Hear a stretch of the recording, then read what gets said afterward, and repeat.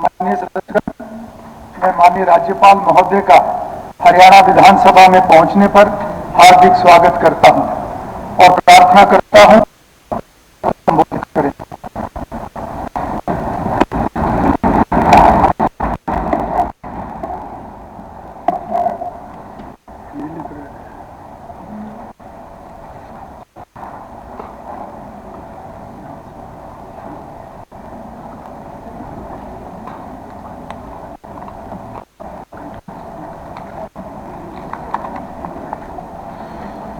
माननीय अध्यक्ष महोदय तथा सम्मानित सदस्यगण,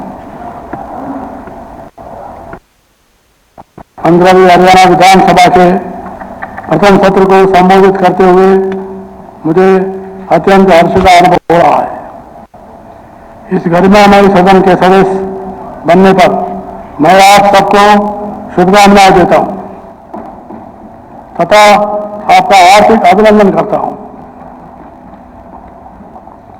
प्रदेशवासियों ने हाल ही में संपन्न चुनाव प्रक्रिया में बढ़ चढ़कर भाग लिया और आप लोगों को अपने अधिकारों का पैरोकार बनाकर विधानसभा रूपी राज्य की इस पंचायत में भेजा है।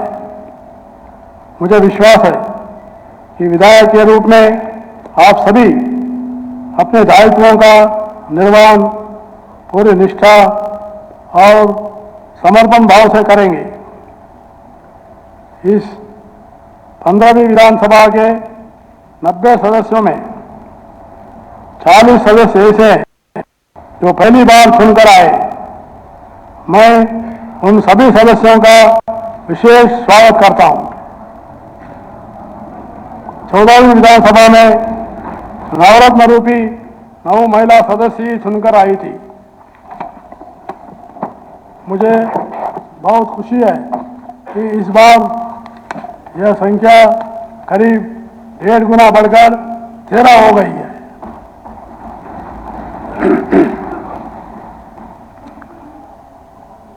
यह सम्मानित सदन 2.25 करोड़ प्रदेशवासियों की आशाओं का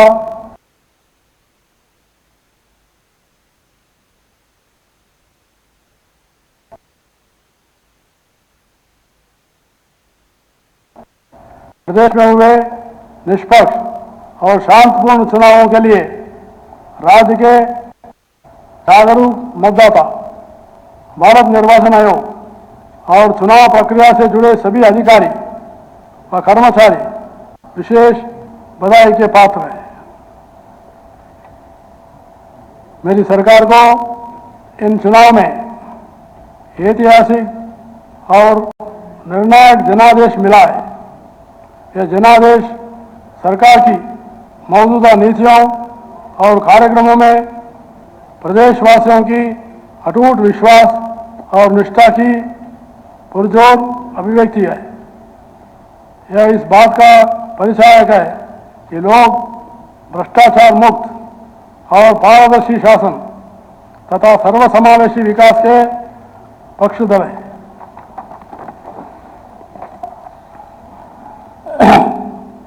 यह जनादेश इस बात का प्रमाण है कि प्रदेश के आम जन ने सरकार की नीतियों को पसंद किया है और उस पर अपनी सहमति और स्वीकृति की मोहर लगाई है।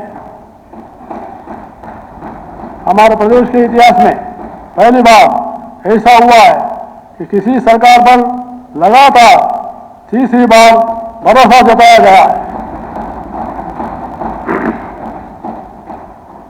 वर्ष 2024 का यह चुनाव नीति, नियत, निष्ठा और निर्णयों पर विश्वास का चुनाव रहा है। मेरी सरकार ने 10 वर्ष से सेवा, सुरक्षा, सुशासन, सहयोग और अंत्योदय उद्यान का जो मिशन चलाया है, यह उस पर समर्थन की मोहर है। यह जनादेश है कि हरियाणा को विकसित बनाने का काम नॉन स्टॉप चलता रहे और हम अपने लक्ष्यों की प्राप्ति करें। राज्य के विकास से देश का विकास इसी भावना के साथ मेरी सरकार आगे बढ़ते रहेगी।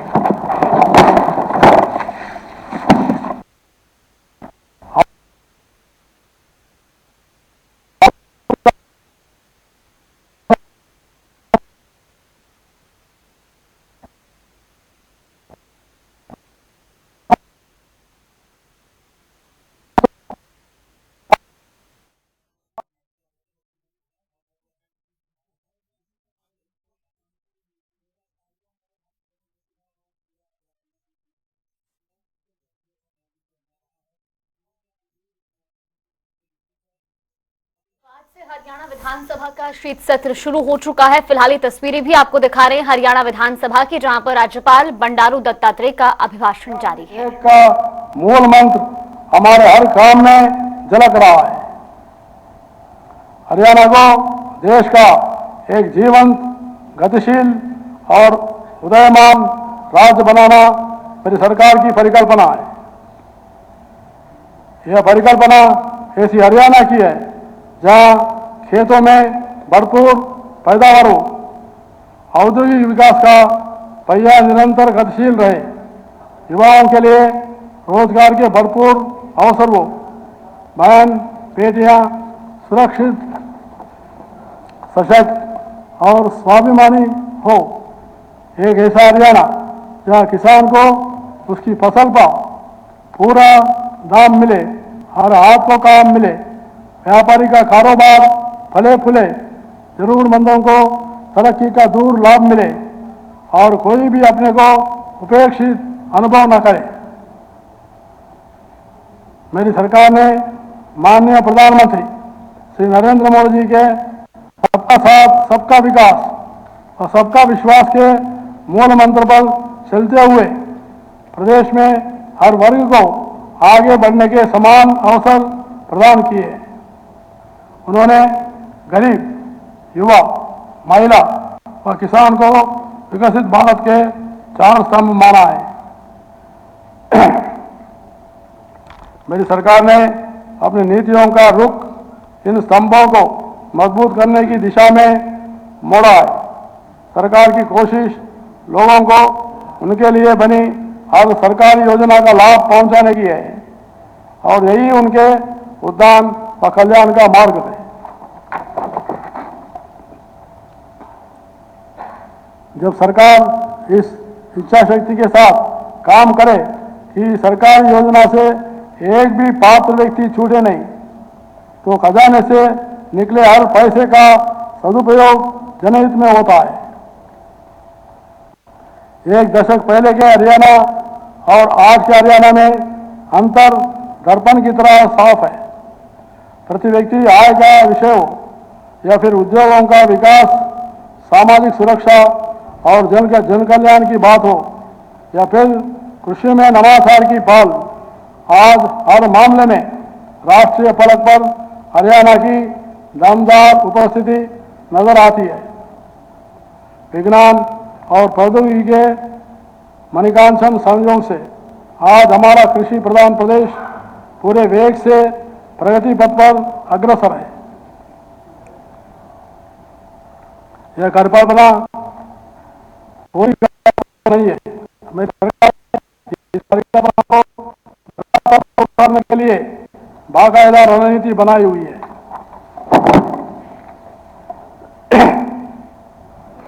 चुनाव पूर्व जारी किए गए संकल्प पत्र को आधार बनाकर आगामी 5 वर्ष में प्रदेश के हर वर्ग और हर क्षेत्र की बेहतरी के लिए काम करना मेरी सरकार की प्राथमिकता रहेगी। कृषि, माननीय सदस्यगण, हरियाणा कृषि प्रधान राज्य है, इसलिए किसान कल्याण मेरी सरकार की नीतियों के केंद्र में है। इस दिशा में मेरी सरकार ने कुछ दिन पहले ही अंग्रेजों की जमाने से चले आ रहे अभियान को जड़ से खत्म किया है। हरियाणा देश का ऐसा पहला राज्य बन गया है जहां न्यूनतम समर्थन मूल्य पर 24 फसलों की खरीद की जाती है। इस साल मानसून देरी से आने के कारण किसान को खरीफ फसलों की बिजाई के लिए अतिरिक्त संसाधन जुटाने पड़े। इससे फसल की लागत बढ़ी। इसमें राहत के लिए मेरी सरकार ने सभी खरीफ फसलों के लिए हर किसान को 2000 रुपये प्रति एकड़ बोनस दिया है। ऐसा हरियाणा के इतिहास में पहली बार हुआ है। रबी सीजन 2023-24 में फसलों को प्राकृतिक आपदा से हुए नुकसान के लिए भी 49,000 किसानों को 133 करोड़ 75 लाख रुपए से अधिक की राशि मुआवजा के रूप में जारी की गई है। जिन किसानों की जमीन बिजली की ट्रांसमिशन लाइनों के नीचे आती है उन्हें भी उचित मुआवजा दिया जाएगा। मेरी सरकार ने किसानों को सीधा लाभ पहुंचाने के लिए ई खरीद पोर्टल के माध्यम से 12 लाख किसानों को खातों में एमएसपी पर फसल खरीद की 1,24,000 करोड़ रुपए डाले।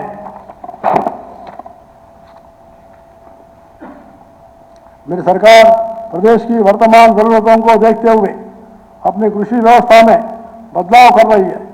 हमारा किसान ज्यादा से ज्यादा आत्मनिर्भर हो और उसकी आमदनी बढ़े, इस सोच के साथ नीतियां बनाई जा रही है व निर्णय लिए जा रहे हैं। आज नकली खाद, बीज और कीटनाशक कृषि क्षेत्र के लिए बड़ी चुनौती बन गए। मेरी सरकार इन पर रोक लगाने के लिए कड़ा कानून बनाएगी और किसानों को 100% मुआवजा देना भी सुनिश्चित करेगी।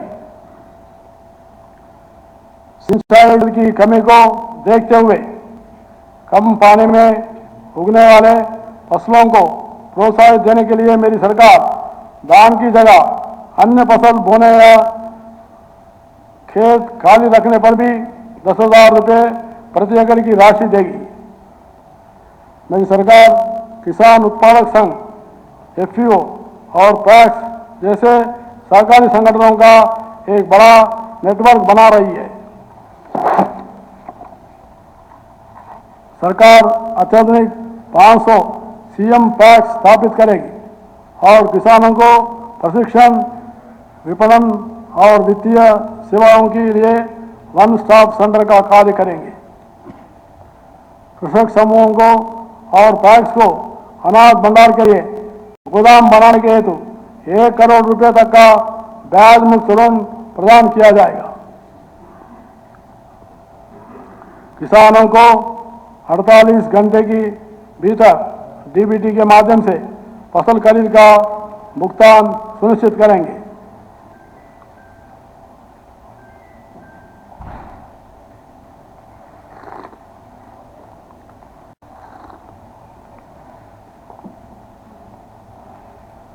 जल संसाधन और सिंचाई।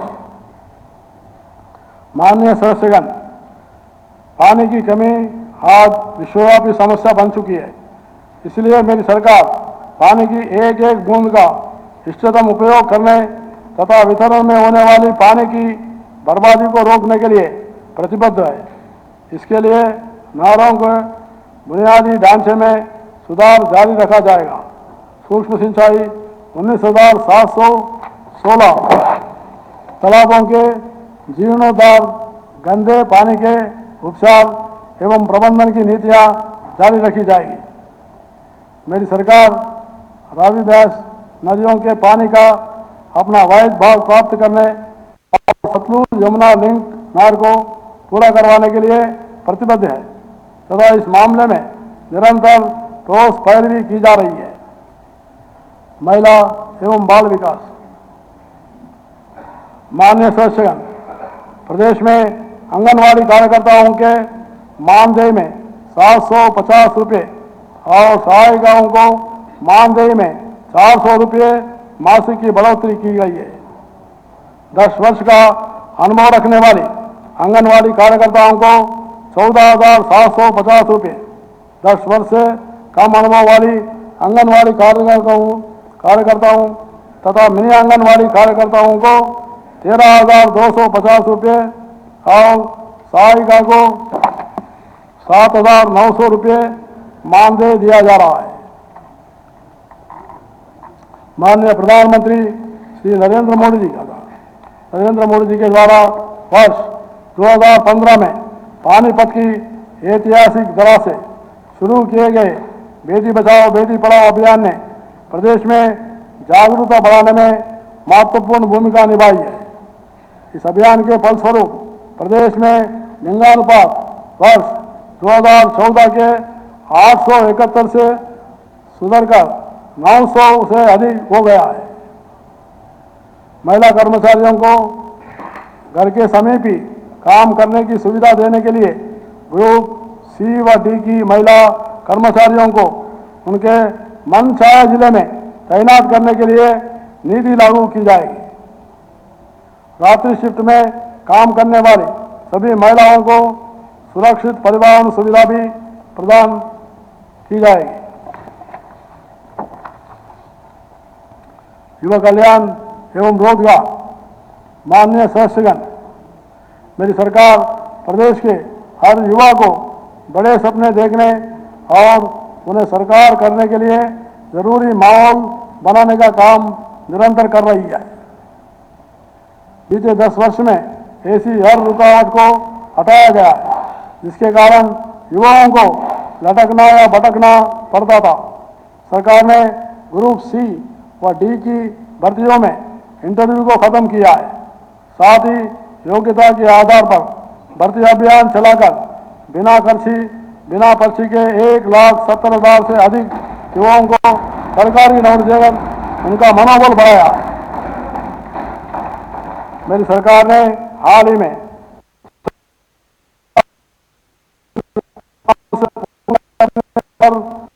खरा उतरने का काम किया है।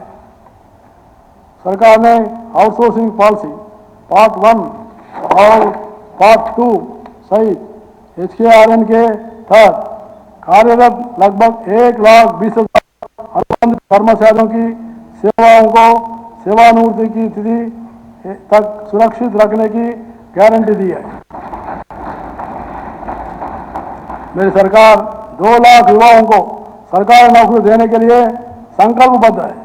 इसके अलावा 5 लाख युवाओं के लिए अन्य रोजगार के अवसर दिए जाएंगे तथा नेशनल अप्रेंटिसशिप प्रमोशन योजना के माध्यम से 1 लाख मासिक स्टाइपेंड की सहायता भी दी जाएगी। CET की परीक्षा पास करने वाले सभी युवा जिनको 1 साल में नौकरी नहीं मिलेगी, उन्हें अगले 2 वर्ष तक 9,000 रुपये मासिक दिए जाएंगे। विदेशों में रोजगार पाने की इच्छुक युवाओं को सरकार उचित मार्गदर्शन और मदद प्रदान करेगी। टंकी रूट की समस्या को पूरी तरह समाप्त करने के लिए विस्तृत योजना बनाई जाएगी। शिक्षा एवं कौशल विकास माननीय सदस्यगण, स्वामी विवेकानंद जी ने कहा है कि शिक्षा देश व प्रदेश की वर्तमान जरूरतों को पूरा करने वाली होनी चाहिए। इसी उद्देश्य से मेरी सरकार ने नई राष्ट्रीय शिक्षा नीति को अगले साल तक पूरी तरह लागू करने का लक्ष्य रखा हुआ है। अब युवाओं को भारतीय भाषाओं में इंजीनियरिंग की पढ़ाई करने का विकल्प मिला है। मेरी सरकार हरियाणा को वैश्विक शिक्षा का केंद्र बनाने के लिए संकल्पबद्ध है। प्रदेश में आर्टिफिशियल इंटेलिजेंस और आधुनिक स्किल्स का प्रशिक्षण प्रदान किया जाएगा। राज्य के शीर्ष प्रांत सरकारी इंजीनियरिंग कॉलेजों को हरियाणा प्रौद्योगिकी संस्थान बनाया जाएगा। आज हरियाणा भूस्थानिक ज्ञान और अंतरिक्ष प्रौद्योगिकी में अग्रणी होने के लिए तैयार है, जो आर्टिफिशियल इंटेलिजेंस, मिशन लर्निंग और जनरेटिव आर्टिफिशियल इंटेलिजेंस में भारत की प्रगति पर आधारित है। नागरिक संसाधन सूचना विभाग के तहत हरियाणा अंतरिक्ष अनुप्रयोग केंद्र हर्षक के माध्यम से सरकार स्मार्ट, सामाजिक रूप से प्रभावशाली और समावेशी शासन के लिए जियो आर्टिफिशियल इंटेलिजेंस का उपयोग करके समुदाय केंद्रित पहलों को आगे बढ़ा रही है। सरकार एक सशक्त कार्य समूह और उद्योग भागीदारी के समर्थन से अपने स्वयं के उपग्रहों को डिजाइन करने और बनाने के लिए एक साहसिक दृष्टिकोण की दिशा में काम कर रही है। नागरिक सहभागिता के प्रति हर्ष की प्रतिबद्धता के साथ हरियाणा टिकाऊ समुदाय केंद्रित निर्णय लेने के लिए तैयार है, जो अंतरिक्ष प्रयोग की और नवाचार में अग्रणी है। खेल, माननीय सदस्यगण, आज हमारे युवाओं को खेल में भी आगे बढ़ने के नए अवसर मिल रहे हैं। हमारे युवा खेल जगत में बड़ी उपलब्धियां प्राप्त कर देश प्रदेश का नाम रोशन कर रहे हैं। मेरी सरकार के प्रभावी प्रयासों का ही परिणाम है कि प्रदेश के युवा खिलाड़ी वैश्विक मंचों पर रिकॉर्ड संख्या में मेडल जीत रहे हैं। हमें गर्व है, कुछ ही दिन पहले पेरिस ओलंपिक में 2024 में देश को मिले कुल 6 पदकों में से 4 पदक हमारे खिलाड़ियों ने जीते हैं। इसके अतिरिक्त कांस्य पदक विजेता हॉकी की टीम में भी हरियाणा के 3 खिलाड़ी शामिल थे। इसी प्रकार पैरालंपिक में देश को मिले 19 पदकों में से 8 हरियाणा के खिलाड़ियों ने जीता है। मैं अपनी व हरियाणा सरकार की तरफ से उन्हें शुभकामना एवं बधाई देता हूं। इन उपलब्धियों को और आगे ले जाने के लिए मेरी सरकार खेल इंफ्रास्ट्रक्चर को ग्राम स्तर तक ले जाने के लिए निरंतर काम कर रही है। हर जिले में अलग अलग ओलंपिक खेलों की नर्सरी बनाई जाएगी। हर ग्राम पंचायत को 25 लाख रुपए तक की खेल प्रोत्साहित राशि उपलब्ध करवाई जाएगी।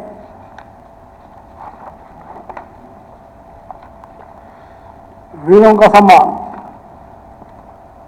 माननीय सदस्यगण, मेरी सरकार ने पिछले 10 वर्ष में वीर जवानों के प्रोत्साहन और कल्याण के लिए ठोस प्रयास किए हैं। सरकार ने गत जुलाई माह से स्वतंत्रता सेनानियों व उनकी विधवाओं की पेंशन बढ़ाकर 40,000 रुपये मासिक की है। युद्ध में शहीद सैनिक के परिवार के लिए अनुग्रह राशि बढ़ाकर 1 करोड़ रुपए की गई है। हाल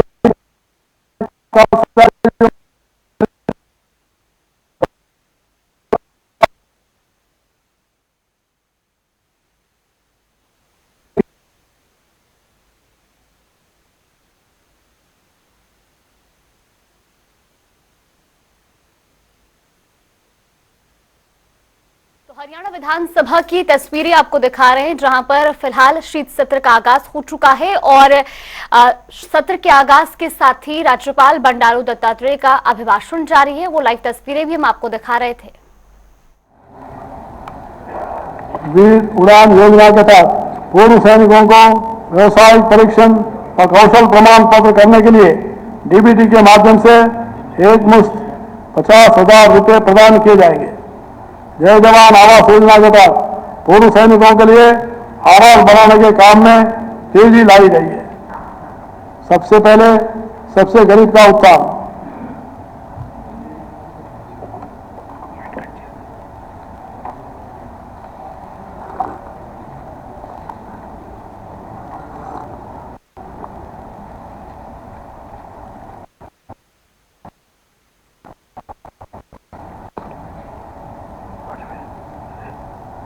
सबसे पहले सबसे गरीब का उत्थान।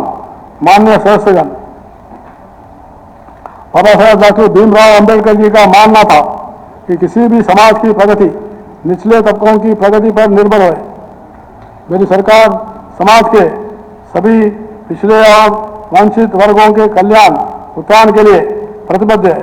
सरकार की योजनाओं एवं सैचुरेशन अप्रोच के कारण ही इस पिछड़े वर्ग, हर समाज, हर क्षेत्र के परिवार शामिल है। मेरी सरकार ने पहली बार गरीब को यह एहसास करवाया कि सरकार उसकी है और वह सरकार ने पिछले 10 वर्ष में प्रदेश की उपलब्धियां और विकास का आधार गरीब का सशक्तिकरण रहा है। लास्ट माइल डिलीवरी पर फोकस ने इन वर्गों का जीवन बदल दिया है। वंचितों की सेवा का यह संकल्प ही सच्चा सामाजिक न्याय है। लाभ पहुंचाने के लिए सरकार दो वर्ग में वर्गीकरण किया है।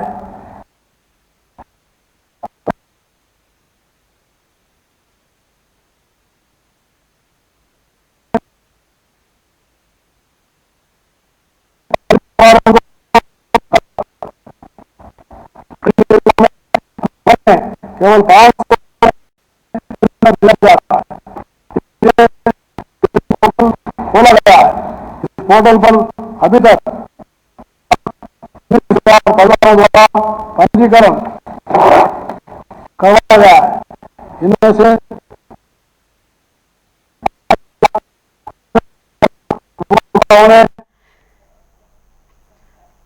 तो देखिए, हरियाणा विधानसभा शीत सत्र का आगाज हो चुका है और राज्यपाल बंडारू दत्तात्रेय का अभिभाषण जारी है और सभी नए विधायकों का स्वागत किया गया और राज्यपाल के अभिभाषण के बाद राज्यपाल के अभिभाषण पर चर्चा भी होगी। शांतिपूर्वक चुनाव के लिए सभी को बधाई दी राज्यपाल बंडारू दत्तात्रेय ने और काफी महत्वपूर्ण बातें भी इस दौरान उन्होंने कही। तो साथ ही उन्होंने अपने अभिभाषण में कहा कि जनता ने सरकार की नीतियों को पसंद किया है और इसीलिए जनता ने चुनाव में नीतियों पर मुहर लगाई है। दिए जाएंगे। प्रदेश के 1 लाख गरीब परिवारों को बिजली के बिल से मुक्ति दिलवाने का सूर्य की ऊर्जा से घरों को जगमग करने के लिए प्रधानमंत्री सूर्य घर मुफ्त बिजली योजना की योजना चलाई गई है।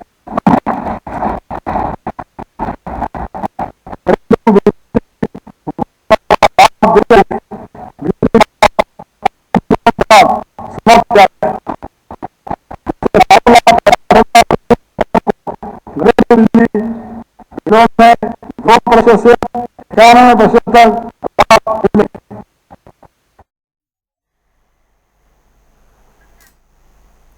तो हरियाणा विधानसभा के शीत सत्र की तस्वीरें लगातार आपको दिखा रहे हैं। आज से 3 दिवसीय यह सत्र रहने वाला है और राज्यपाल बंडारू दत्तात्रेय के अभिभाषण से शीत सत्र का आगाज हो चुका है, जहां राज्यपाल बंडारू दत्तात्रेय ने अपने अभिभाषण में भी कई महत्वपूर्ण बातों का जिक्र किया। साथ ही उन्होंने कहा कि जनता ने चुनाव में नीतियों पर मुहर लगाई है। पहली बार लगातार तीसरी बार प्रदेश में किसी एक ही पार्टी की सरकार बनी है। 10 साल में सेवा, सुरक्षा और सुशासन के साथ काम किया गया और आगे भी जनता नॉन स्टॉप विकास चाहती है। साथ ही कहा कि परिवारवाद और क्षेत्रवाद से जनता बाहर निकले, ऐसा जनता चाहती है, जिसकी वजह से भारतीय जनता पार्टी को एक बार फिर से जनता ने अपना जनादेश दिया और ऐसा पहली बार हुआ कि कोई पार्टी लगातार हरियाणा प्रदेश में तीसरी बार अपनी सरकार बना पाई। उद्योग को बढ़ावा देना मुख्य मकसद भारतीय जनता पार्टी का रहेगा और आम आदमी को सुविधा देना भी मुख्य एजेंडा भारतीय जनता पार्टी का रहने वाला है। सबका साथ, सबके विकास के एजेंडे पर भारतीय जनता पार्टी लगातार काम करेगी और सारी सुविधाएं और जितनी भी समस्याएं जनता की है उनको लगातार सुना जाएगा, उन पर काम किया जाएगा। सभी नागरिकों को जिनकी पारिवारिक वार्षिक आयु 1,80,000 तक है, चिरायु आयुष्मान भारत योजना के तहत 5 लाख रुपए वार्षिक तक की मुफ्त इलाज की सुविधा प्रदान की गई।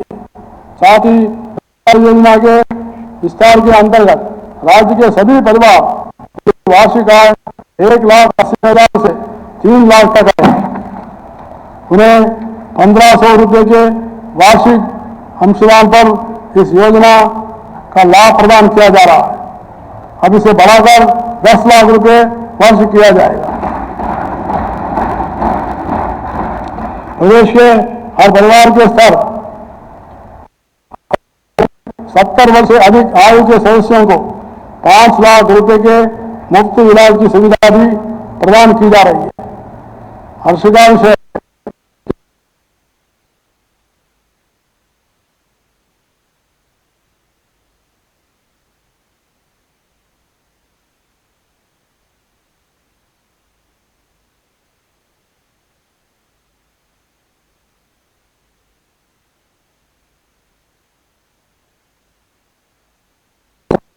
जल्द ही इस सुविधा का विस्तार प्रदेश के सभी मेडिकल कॉलेजों में किया जाएगा। मेरी सरकार मेडिकल कॉलेजों में सीटों की संख्या बढ़ाकर 3,500 करेगी। वहीं हर जिले के सिविल अस्पताल में आईसीयू का निर्माण किया जाएगा। सभी 7 किलोमीटर पर एक ट्रॉमा सेंटर स्थापित करेंगे। 100 बिस्तर वाली सिविल अस्पतालों को 200 बिस्तर तथा 200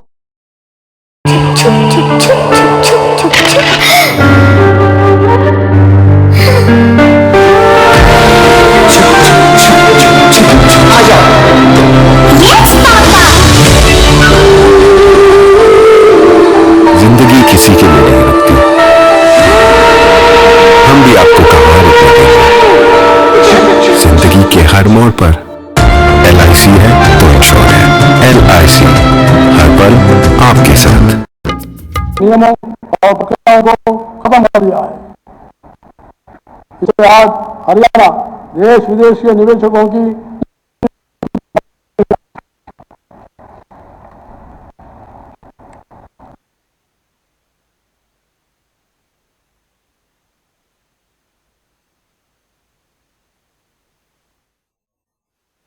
विधानसभा के शीत सत्र का आगाज हो चुका है। राज्यपाल बंडारू दत्तात्रेय का अभिभाषण चल रहा है। अभिभाषण के साथ शीत सत्र का आगाज हो गया है। युवाओं को रोजगार दिलाना मुख्य मकसद है, ये राज्यपाल बंडारू दत्ता की ओर से अपने अभिभाषण में बताया जा रहा है। आम आदमी को सुविधा देना भी मुख्य उद्देश्य है। सबका साथ सबका विकास के मूल मंत्र पर सरकार काम कर रही है। सरकार ने सभी को समान विकास का अवसर प्रदान किया है।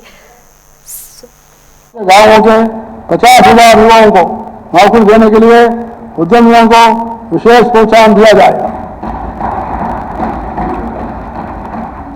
रोहतक में EV पार्क, पंचकुला और फरीदाबाद में IT park, data centre, Sonipat में विश्व स्तरीय लॉजिस्टिक हब, पलवल में इंडस्ट्रियल मॉडल पार्क, जज्जर में फुटवेयर पार्क, हिसार में औद्योगिक क्लस्टर, कुरुक्षेत्र में आधुनिक सूरजमुखी तेल की मिल तथा रेवाड़ी में देश के सबसे बड़ी सरसों तेल की सहकारी मिल स्थापित की जाएगी। मुद्रा योजना के अतिरिक्त अन्य पिछड़े वर्गों के सभी उद्यमियों की 25 लाख रुपए की ऋण की गारंटी राज्य सरकार उठाए। श्रम शक्ति का सम्मान। माननीय सदस्यगण, हमारे देश में श्रमावधि में विश्वास किया जाता है। भारतीय संस्कृति में शिल्पियों व श्रमिकों के प्रति सदा से ही आदर का भाव रहा है। हरियाणा को भी विकास की दृष्टि से देश के अग्रणी राज्यों में लाने में मेहनतकश श्रमिकों का बड़ा योगदान है। श्रमिकों की बेटी की शादी पर वित्तीय सहायता और कन्यादान योजना में 1,00,000 रुपये प्रदान किए जाते हैं।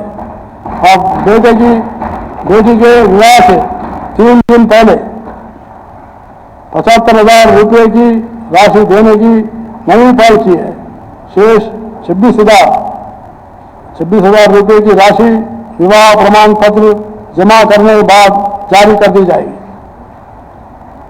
मेरी सरकार श्रमिकों को उनकी कार्यस्थल की समिति घर उपलब्ध करवाने के लिए 1,00,000 नए घर बनाएंगे। विश्व स्तरीय आधारभूत संरचना। माननीय सदस्यगण, आधारभूत संरचना किसी भी देश प्रदेश के भौतिक विकास का पैमाना माना जाता है। यही नहीं, मजबूत आधारभूत संरचना वहां रहने वाले लोगों के जीवन स्तर को ऊपर उठाने की पहली क्षेत्र भी है। यह उद्योग और निवेश को आकर्षित कर प्रदेश की अर्थव्यवस्था को भी मजबूत देती है। हवाई परिवहन सेवा किफायती दरों पर शुरू करने के लिए हेली टैक्सी सेवा की शुरुआत की जाएगी। प्रदेश को ऊर्जा क्षेत्र में आत्मनिर्भर बनाने के लिए यमुनानगर और हिसार में 800 मेगावाट के नए थर्मल पावर स्टेशन भी स्थापित किए जाएंगे।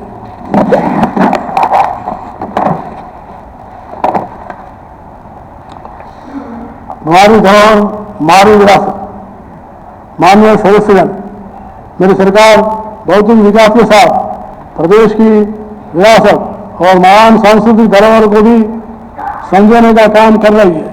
इसी दिशा में महापुरुषों के जीवन से प्रेरणा और सीख प्राप्त करने के लिए प्रदेश में उनकी जयंतियां राज्य स्तर पर मनाई जाती है। इसके लिए संत महापुरुष सम्मान एवं विचार प्रसार योजना चलाई जा रही है। मेरी सरकार इस योजना को आगे बढ़ाते हुए संतों व महापुरुषों की जयंतियों को मनाना जारी रखेगी। सरकार ने अपने कैलेंडर में भी संतों व महापुरुषों की जयंतियों की विशिष्ट दिवस सूची प्रकाशित की है, ताकि नई पीढ़ियां उनकी जयंती को याद रखे और उसे धूमधाम से मनाए।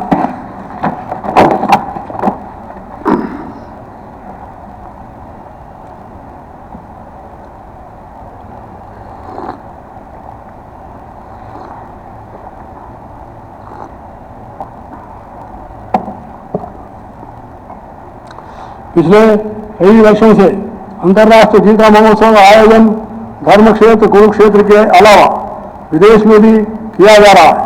मेरी सरकार गीता के संदेश को मानव मात्र में पहुंचाने के लिए अंतर्राष्ट्रीय गीता जयंती मेला प्राधिकरण का गठन करेगी।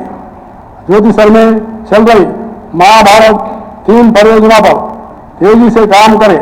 कुरुक्षेत्र को प्रमुख आध्यात्मिक केंद्र के रूप में विकसित किया जाएगा।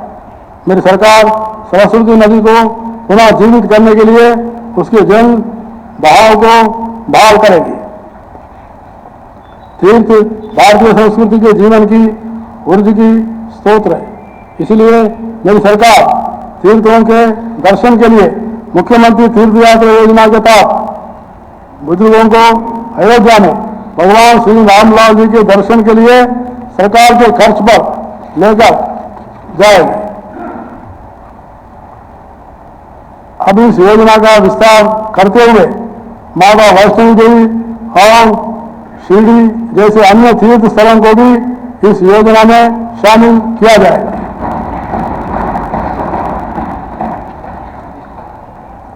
माननीय सदस्यगण, आप सबको यह ध्यान रखना है कि विकसित हरियाणा विकसित भारत के संकल्प की सिद्धि में कोई अवरोध पैदा न हो।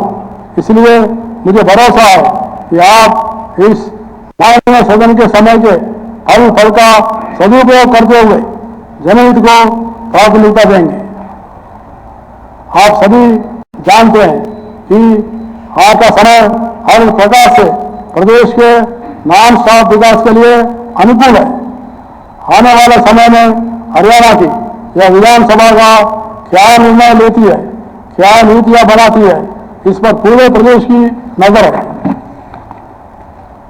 इस अनुकूल समय का अधिक से अधिक लाभ प्रदेश को मिले, यह दायित्व यहाँ पर बैठे हर माननीय सदस्य का भी है। आप सभी सम्मानित सदस्यों को मेरा सुझाव है, आप राष्ट्रपिता महात्मा गांधी जी के इस मूल मंत्र को हमेशा याद रखें। हमारा हर फैसला इस बात पर निर्भर होना चाहिए कि उसका प्रभाव समाज के सबसे गरीब और कमजोर व्यक्ति पर क्या पड़ेगा। मुझे विश्वास है कि इस विधानसभा में जन कल्याण के निर्णयों का नवीन अध्याय लिखा जाएगा। आइए हम सब मिलकर पूर्ण कर्तव्य निष्ठा के साथ विकसित हरियाणा विकसित भारत की संकल्प सिद्धि में जुट जाए। जय हिंद, जय हरियाणा।